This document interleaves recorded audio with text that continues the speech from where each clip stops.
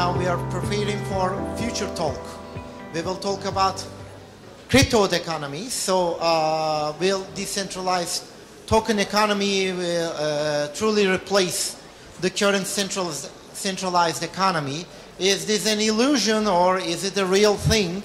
Will it be something in between? Will it be a digital transformation or a true Karl Marx type revolution? We will see here with Future Talk a crypto economy and what awaits us.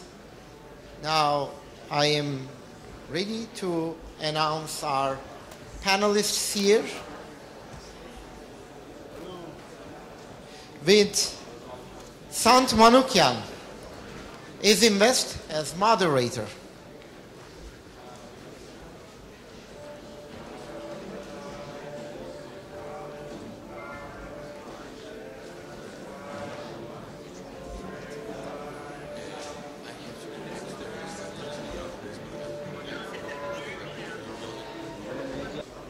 To the stage. All right. Now Pavel Kravchenko, Distributed Lab.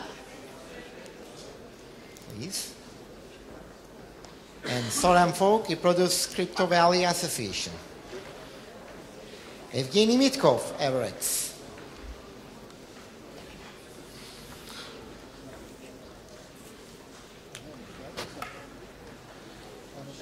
So welcome everybody. Thank you for joining us.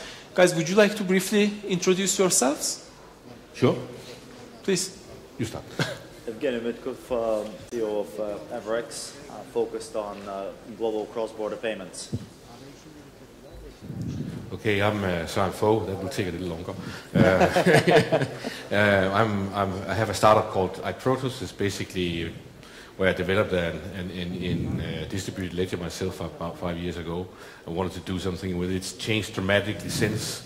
Today I'm working in the supply chain. I'm building a decentralized governance system called Bind.com. There's a whole platform of other things I'm building in order to foster what is necessary to drive crypto businesses as a whole. And at the same time I also started something called Crypto Valley.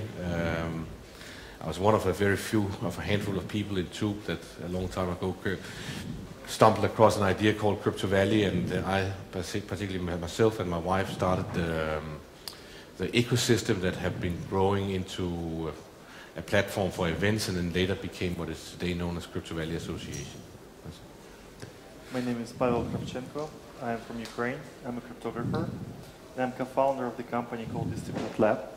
Our mission is to build financial internet when all accounting systems will be able to talk the same language with each other. And in order to achieve that, we are working on tokenization of assets in order to transform all digital ledgers, all ledgers that keep track of ownership of a variety of assets. And then we have to make these ledgers managed by cryptographic keys. And in that way, that will become more secure and more resilient to attacks and more efficient and then obviously cheap. Okay, thank you guys. And I am just a simple economist, so not as colorful as they are. So, Soren, for some reason, my first question is for you, and it's the simple one. What's a tokenized economy, and why do we need it? Why should we discuss it? I like that. It's a simple question about economy from a simple economist. And the answer is actually also quite simple. What we do have with this tokenization feature or game is a way of transferring value, as I also said in my first panel here, for free, for virtually free. At least that's the promise of it. It's true today when you look at the transaction price of Bitcoin and Ether, it's coming up to a level where it's comparable with doing a transaction on what's it called, PayPal or something like that, which is quite counterproductive actually. Yeah. The promise of being free is actually where we have the opportunity to incentivize behavior in an economy built inside a smart contract, where you can create an economy and incentivize behavior inside of it, market make inside of it, so it actually works and produces an outcome where people do whatever is the right thing. And then somebody has to define what is the right thing here. That's also a question. Does it That really could work, be or do we decentralized. think it's going to work? So far, do we have any cases that it does really work efficiently, or we think the technology is there and it's going to work? There isn't really any clear cases out there. I've been working with this as much as Paolo also for a very long time. We know each other dating back 4 years. I think we both believe it's possible. We both can see it. It's not something you get immediately. In order to really understand or get this, you need to dive in and spend time on it. I remember when I first stumbled across blockchain technology and came home to my wife completely enlightened about this thing. I said, listen, my darling, you have to listen to this, you have to hear this. After 1.5 hours, she said, son, why shouldn't we watch a movie instead? Yeah. So, and over the time, I've refined that to 2 words, and that's automating trust. Came up with that a couple of years ago. And this exercise in shortening the message and bringing awareness out in a tangible way that people can actually comprehend it and see it, get it, without having to do all the footwork that people like us do here, is quite important. Okay. And I think when that happens, also people will see the future easier. Okay. Just trying to understand if I'll lose my job as a banker or not. But Oh, you will. I mean, sorry. Okay. Right away, or I still have time? Okay, anyway. Evengi, this question is for you.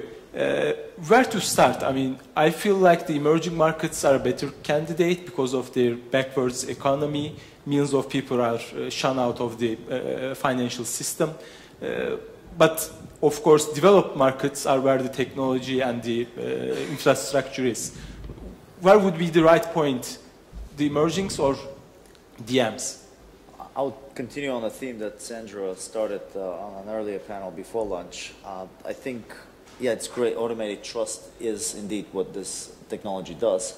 But what it really does is it redistributes power to a lot of parts of the world that doesn't have that at the moment. It's interesting, for example, from a payments perspective, Europe has SEPA payments. You can make a payment from one country to another for less than 10 euros. In some cases, it costs €1 to make a payment from one European Union country to another. Whereas if you send the same amount of money from Europe to Africa, you may lose 20% of it.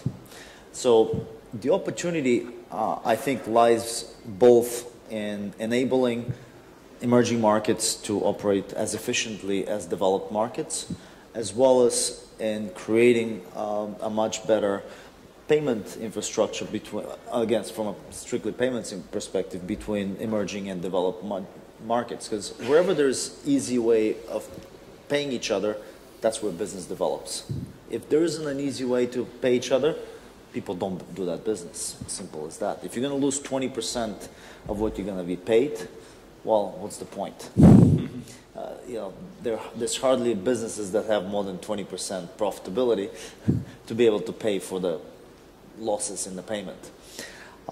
So I do see primarily the early uptakers to be emerging markets, but that quickly to be connected to the developed world. Because it's difficult to replace the banking system in the US or in the European Union with a tokenized system. For starters, we're seeing massive amounts of banking time devoted to killing crypto in those markets. It's not a secret, majority of major global banks have entire divisions that go around beating people up not to take crypto business. So for that reason, I think it's going to be a lot easier for that business to take hold first in the emerging markets, where there's no incumbent beating up the rest of the market not to take up tokenization. But it's not only the payment system, right? No, you no. can tokenize the property rights, Absolutely. which can be used as collateral in the banking system, etc. That's one of the major problems with poor EM countries. Absolutely, and I've had exactly that conversation in Kenya. After the political crisis in Kenya, people were left in shatters with no banking loans to speak of. So the only available loan for majority of people is a car collateralized loan. So there are pawn shops that take title and issue car loans to people. And in fact, the project is about setting up a blockchain collateralized peer-to-peer network for such car loans. Indeed, and that's where the most glaring demand is for such services, because it addresses a real gaping hole in the local economy. Okay. Soren, you have something to say, or? No, not this. Please, Pavel. I would add a few points that we should differentiate like crypto and tokenized assets, because banks indeed don't want crypto to be around, because it's like direct competitor to the current order. But tokenization itself is just about infrastructure. So banks will use tokenization, this infrastructure, to be more efficient. So, and the second thing is about emerging markets. The problem is in 99% of cases is not the tech, but the business relationships. They're not established, so even if you give them the modern, the best technology, they will fail anyway. Okay. Yeah, because somebody will steal something, or, yeah. Yeah, okay. No comment about that. Okay, but Pavel, let's continue with you. As a trained economist, whenever there is a crisis, I turn to the Fed or the central bank, the SEC, CFTC, etc. In a tokenized economy, how will the old guard behave? Will we have them? Are we talking about a change in the total structure, social as well, and the financial, or are we talking about a gradual change and they will adapt to this new kind of economy? Yeah, I think it's, again, two sides. They're compatible with each other. The first side is decentralized, censorship-resistant, and autonomous systems like Bitcoin. And indeed, there is no central authority that does some things. But in general, tokenization is just the way to transform how assets are stored and managed. How, again, property, like ownership rights, are stored and managed. And these systems could be managed in a centralized way. So my usual example is like a warehouse that stores tomatoes. And it's a physical location with fence, with a dog that is barking, these thieves. And then the warehouse keeps the ledger of who owns these tomatoes, right? Which farmers, who brought them, and the quality, etc. And obviously this system will be centralized. It could be, the big benefit of the cryptography and blockchain here is that it could be audited securely. So before we had blockchain, it were either paper-based or some data centralized Which is database. not really efficient. Yeah, or a centralized database. And if you want to audit it, you need to place auditors in the center and give them certain rights, and maybe they can change something.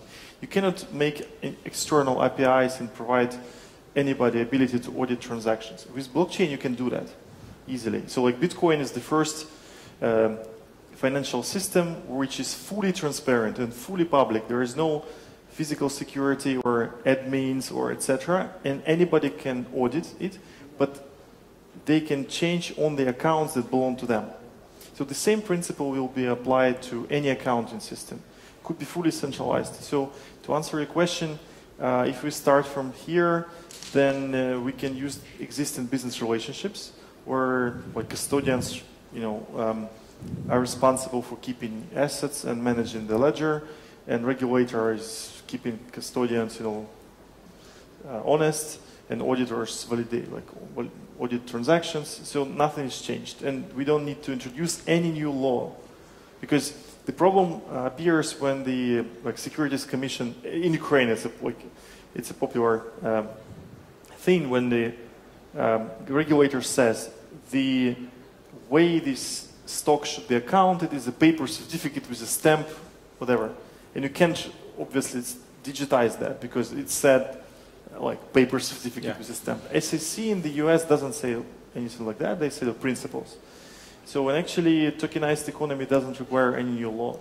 I mean, if we don't talk about autonomous censorship-resistant systems. Okay, okay. So it's not like Bitcoin and decentralized world versus some very centralized world. You can have the good worlds combined in a way, both of them. The only difference between these two systems is how decentralized is the validation process. So if it's just a warehouse, it's like owners of warehouse validate that, maybe auditor as well. In Bitcoin, everybody can validate. So this is the scale of decentralization. And if you go there, it's as autonomous and censorship resistant. If it's warehouse, you don't need that. Okay, okay. And there's a major, on the balance of power, when you have a centralized audit and a centralized facility, then naturally that entity has more power than the farmers or whoever else is supplying into that warehouse. The power back to the people. Exactly. So there's obviously, with decentralized systems, you give certain level of autonomous power to the participants. Okay, speaking of audit and giving power back to people, 10 years ago we have this famous Lehman bankruptcy, and before that, again in September, we have the LTCM crisis. So if we move to a tokenized economy, do you think we will be able to avoid such crises? At the end of the day, it's fear and greed, and it has been around for a while. Do you think we are going to replace it, or the tokenized system will have its own kind of such crisis? You're asking me? Yeah. All right. No, I don't think we can remove greed from humankind. I think that's an illusion that people with communist and other regimes back in time have failed with. It's proven it doesn't work. You cannot remove human nature. You cannot remove competition from any human or from any tree or insect. You just look at the world around you. Trees are growing and taking sunlight from each other. Competition is part of nature. So we need to understand that. But what we can't do with this tokenization of value, and I think is probably to flatten it a bit. So the hijacking of the growth to the 1% might not be 1%, but could start flowing in the opposite direction. Currently, the 1%, 20 years ago, there were 5%. Yes. What will there be in 20 years? 0.1. Yeah. We've seen this pattern over and over during history. It's always ended in a bloodshed. Actually, throughout these 10 years, they are richer than it gets dangerous at some point. I mean, you look at the North Americans, US at the moment, it's not looking good, actually. I'm getting a little worried that the policeman of the world is actually in a sad state. So technology could help, not eliminate it. I'm not saying that we create a new fantastic world where everybody's running around happy and naked. This is not the case. It's not a utopia. But we have an opportunity to use the technology to dampen the effect and spread the decentralized governance, decentralize the power base basically to some extent, to dampen it. Maybe we can go all the way, I don't know. But some of the way might be good enough. Okay. Okay, Evengi, this question comes to you. We are talking about the US, and of course one of your significant competitors is the SWIFT system. And the US in a way is a monopoly. Do you think, or you have the expertise working on the payment system, do you think that monopoly could be broken? I think it's already, we already see a number of efforts out there between what you can put on Ethereum, Stellar, and other projects that are creating a parallel universe to SWIFT. But the system itself being a completely centralized system with one currency in the middle, I mean, US dollar accounts for 87.5% of all global transactions, is really not sustainable. And we're seeing efforts from individual countries, from groups of countries that are creating parallel systems, parallel settlement networks. Strangely enough, even the German foreign minister on August 22nd made a point that the European Union should build a completely different parallel system to SWIFT to further the interests of the European Union, as SWIFT currently apparently hinders the interests of the European Union. But again, they are trying to swap one very centralized system with another very centralized system. Yeah. Potentially, indeed. And I think that will be a mistake to create another centralized system. Creating basically decentralized payments, whether that's on a particular network, I think ultimately there'll be competing efforts and they'll have to be interoperable and connected with each other. But there is a need to be able to enable any two countries to trade with each other, which at the moment is really not likely.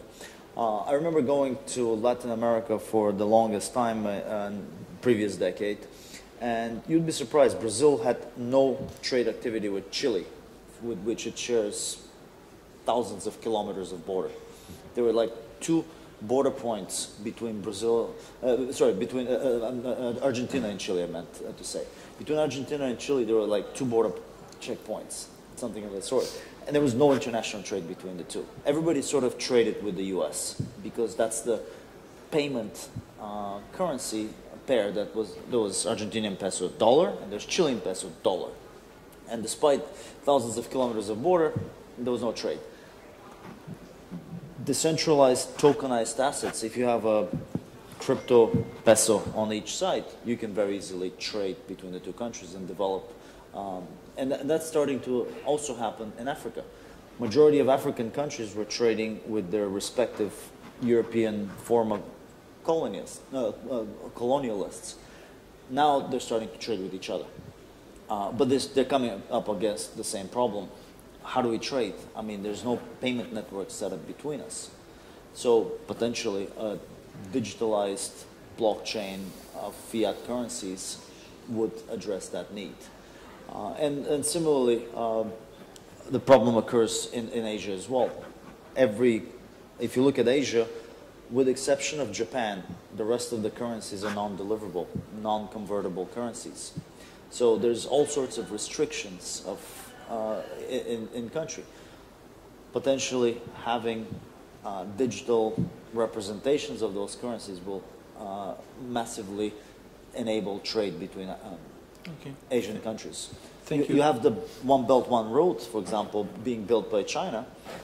You can take a container from China all the way to Germany in 14 days, but paying for that container takes 17 days through the regular banking channels. Quite insane that you can move physical goods precisely 10,000 kilometers quicker than you would make an electronic payment in the banking system. Definitely an interesting point. Okay, Pavel, here we are talking about the merits of the system and the advantages of blockchain, etc. But why should or how will governments give up? I mean, we in Turkey, again, have problems with the regulations and the taxation. That's the same with the US and also in China. Why should they give up? Why should China say, hey, I don't want to be the next reserve currency. Instead, let's tokenize or let's be a liberal economy. How are we going to manage them to do this? I don't know. Like they probably within the next 20 years they won't give up and they will just digitize their currencies, and I expect that the US will create a global bank where everybody can open an account online and then transact between all companies. But is it only the bank? Sorry, go ahead. Maybe an example actually could illustrate what the power of critical mass means. Because when adoption happens, and happens in the wide scale, it gets difficult to change. I mean, when we look at Afghanistan, it's an example I was told. I don't even know if, I never did the math if the story is actually true, but this is how I was told. It doesn't matter, the story is good enough. Basically, remittance. So people from Afghanistan after the wars and everything sent their best to Europe. They work some ordinary jobs, but the pay they get in Europe is massive compared to Afghanistan, so they send large amounts home. And they find out that when it comes home, there's a 20, 30, 50% of it is gone into the wrong pockets. They send it with Western Union or whatever, and it's just empty. The family at home don't get the full price. So they find out there's something called Bitcoin. And some people in Afghanistan set up little shops and side streets in a closed room, and do some Bitcoin exchange. So people can remit back home with Bitcoin. And then suddenly they find out, oh, I can go down and do it with Bitcoin and I only pay 20% or 15%. What happened, let me continue. What happens then is that the government, they nail these guys with Bitcoin exchanges because it's illegal, yes? So they adapt, and suddenly it's a grocery boy that comes and delivers your eggs and tomatoes at home that has a mobile phone and can do the exchange. At some point, a lot of people actually have these Bitcoin wallets on their phones. And when you walk out of your door in the morning and you need to buy bread, and there's a baker over there, and a baker over there, I don't know exactly how it works in Afghanistan. This is just an example. And this guy over here, he takes normal cash, and that guy over there takes Bitcoin also. You go over there because you have it already, it's easier to handle, and you don't need to risk anything going through an exchange. So suddenly a large economy is establishing itself covertly in a society that has been adopted by a massive amount of people, and it gets very difficult to stop. There's also unintended consequences of the technology. Yes. Very often, even very autocratic governments might adopt this technology for their own purpose, but they don't realize that it has so much more powerful that it will grow bigger than them. So even if a country sets up their own cryptocurrency and they just say we're going to stop at that, they can't stop it right there on the border. It's a global world, and as a result, yeah, I think governments will focus on trying to create something that looks very much alike to the current system, but once they make the jump into tokenization, it'll take a life on its own and become bigger than what the government has envisioned. And unstoppable. And won't be able to stop it either. I would disagree and comment, and disagree for two reasons. First, the speed of transactions is not the inherent problem of centralized system. It can be much faster than any decentralized. So, and the fees obviously as well, because centralized system can be managed more efficiently than decentralized, so fees will be lower. So the current problem is Afghanistan because nobody cares where is Afghanistan. It's like my partner said, once he joked really badly, I told him that somebody is launching a tokenized exchange in Kazakhstan. He said, like, Pavel, you know what? If tomorrow in the news in like Northern America, it will be said that the Kazakhstan didn't exist, and like I was born in Kazakhstan, and it was all fake news, you know, as it's popular now, then nobody will be surprised because nobody knows where it is, and nobody cares. The economy is too small. So that's the case with Afghanistan. It's like nobody cares. That's why the business relationship is not there. And if there is, like Europe has SEPA, right? So it's super efficient to send money to each other, or Ukraine has its own like system, also like takes seconds, no fees. So it's not a problem because it's not tokenized or here or there. The value of Bitcoin, or like, I'm not saying tokenized word because I'm saying cryptocurrency in particular. Okay. The value of it is because it's censorship resistant. Right. If you take the censorship resistant feature out of it, it's worth zero. It has no value whatsoever.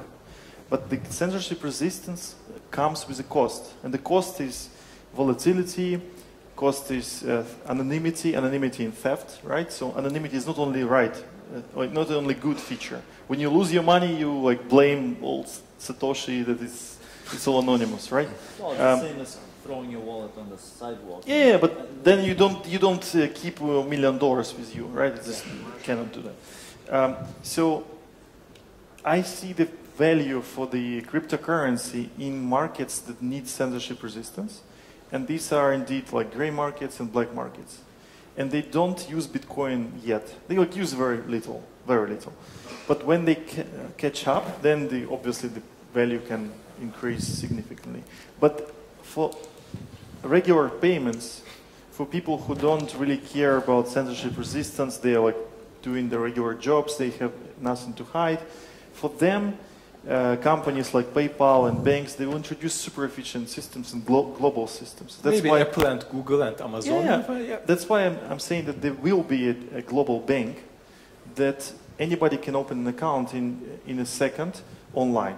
Because again, when the US knows about everything, about everybody, they don't need to, they know who you are. So that's why they open accounts. If you come to the US, they open your account on the tourist visa on your regular passport. Okay. So I think it's the only country that does that. Yeah. So. Okay, so if you have anything else, I'll just open the floor to questions. You know what, maybe one thing. Sure, please. We're talking about the future here, to make it very short. One of the things that I think is also quite relevant to look at is IP rights. It's one of the things we had a discussion about it yesterday actually. What's wrong with this picture that one person can lucrate on a myriad of other people's innovations, just go this last mile, or not, maybe just only the last meter, and put the things together and go in and get and claim the right. So everybody else has been building up through centuries. So IP rights today, in my opinion, is busted. It's not how it should be. It's wrong. We see China, and they say stealing IP rights, and we talked about yesterday, it's actually a pretty good thing, because it sort of decentralizes IP. Also generic drugs. Yeah, but it actually steals it a little too much, you could say. You could perhaps use the technology in a way to decentralize or tokenize IP rights, so people who have somehow contributed to an innovation. This is the topic for another panel. Okay, I'll stop it there. I would add one more thing, otherwise people will believe that I'm like pro-bank, pro-government guy. I don't mind. It's just the reality, but I believe that in the future, maybe 100 years from now, the money will be separated from the state. It's like religion was separated from the state, printing, information distribution, and now the money will be separated. I just don't think it will happen tomorrow. I've heard all this news like 4 years ago that Bitcoin will be everywhere. No. I mean, maybe the money was not always part of the state. It only became part of the state in the 17th century. Yeah, but now it's the reality. Development, but I think it will be a lot quicker in separating money from state. Maybe. 100 years here, and you say, how long? 100 years? No, maybe 50 to 100. Okay, 50 to 100. I would say tokenized fiat next year. Potentially by a Western? Yeah, but that's not separation. No, that's not correct. That's not separation, but separation of money from state within 5 years. Really? 5? Okay. I like that. Not on a mass scale. Not on a mass scale. Let me buy some bitcoins. Yeah. Okay, so any questions, please? What's the coin we should buy? It's not about banking the unbanked, as people see. It's more about unbanking the banked. Mm-hmm.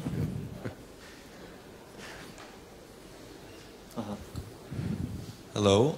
When we talk about separating money from the state, is it the same conversation as not regulating Bitcoin?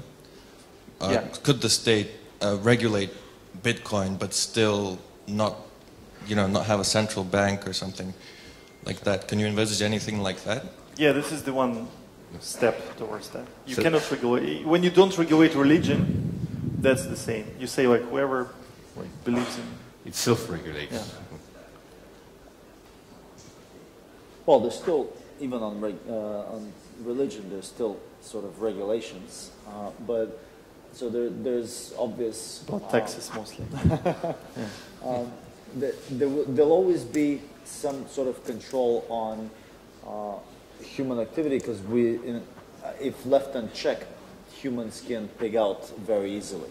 And that's one of the powers of blockchain, obviously, is that it provides a real-time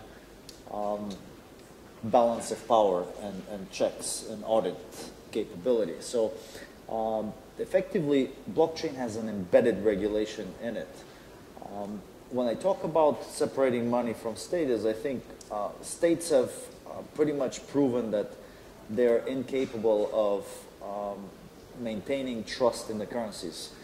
The longest standing currency in the world, the British pound, has depreciated 95.7% since its inception. And that's a really conservative currency, by the way. Ukraine has achieved it in like 16. Correct, and then Turkish lira. No comment. So there's governments obviously always reach out to the printing press when it comes to trouble, and it's a very easy way to collect people's savings and turn them into dust. When given the opportunity to have an alternative where nobody can come and turn your savings into dust, then I think people will start to elect more in that direction. Okay, thank you. Any other questions, please? Excuse me.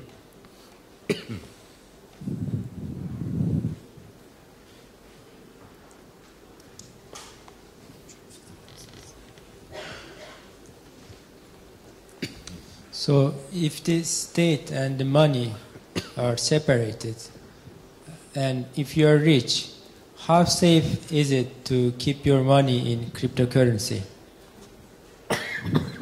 It depends. Are you talking about like security of the private keys, or in general? Talking about security and volatility. Yeah, regarding volatility, I think it's a complicated issue because I'm sure we will see the currencies that are similar to Bitcoin in terms of consensus, but different in terms of economic policy. Like they may not be fixed in amount in issuance. Regarding that, will solve the question of volatility. And the second question, security of keys, is indeed a big problem because people are really bad at managing keys. And you should have a few independent, like hardware devices made by independent hardware producers and using software from different software providers and use multi-signature for that. Then you can be relatively safe. I think there's already a pretty good solution out there for the security of it. There's a company that enables you to scan your 10 fingers and create a biometric fingerprint, which is in replacement of your private key, and you don't have to manage any private keys. You can even publish your private keys on the internet and still be safe. So the security... But that's a big issue because you should trust that company. Anyway. Well, actually, there's a very good... you can read the white papers out there, but the security can be solved very easily. The bigger question is, if you look throughout history of time, most wealth has never been stored in monetary instruments. It's stored in means of production. So, and indeed, most wealthy people are storing their wealth in the enterprise which they've created or running. So, in a way, money, and in general, when you look at markets, they only trade 5, maximum 10% of the overall market. If you go above 10%, you're really having a crisis, indeed. So money or crypto assets or any type of monetary instrument represents only a small fraction of the overall asset picture or overall market that's out there. If at any point in time the real estate market is selling more than 4 to 5% of its existing stock, you're having a massive crisis, basically. So as a result, I don't think we should ever look at monetary instruments of representing 100% or keeping all of your wealth in monetary instruments. That's really not efficient, and it doesn't create any value. Storing your wealth in gold, or whether it's gold, cryptocurrencies, or anything like that. So what you'd start to see, though, is these blockchains will start creating new business models, which indeed are very viable and effectively creating wealth that is now stored in a crypto business or in a blockchain business, as opposed to being stored in a warehouse. Okay, thank you very much. I think our time is up. So thanks a lot.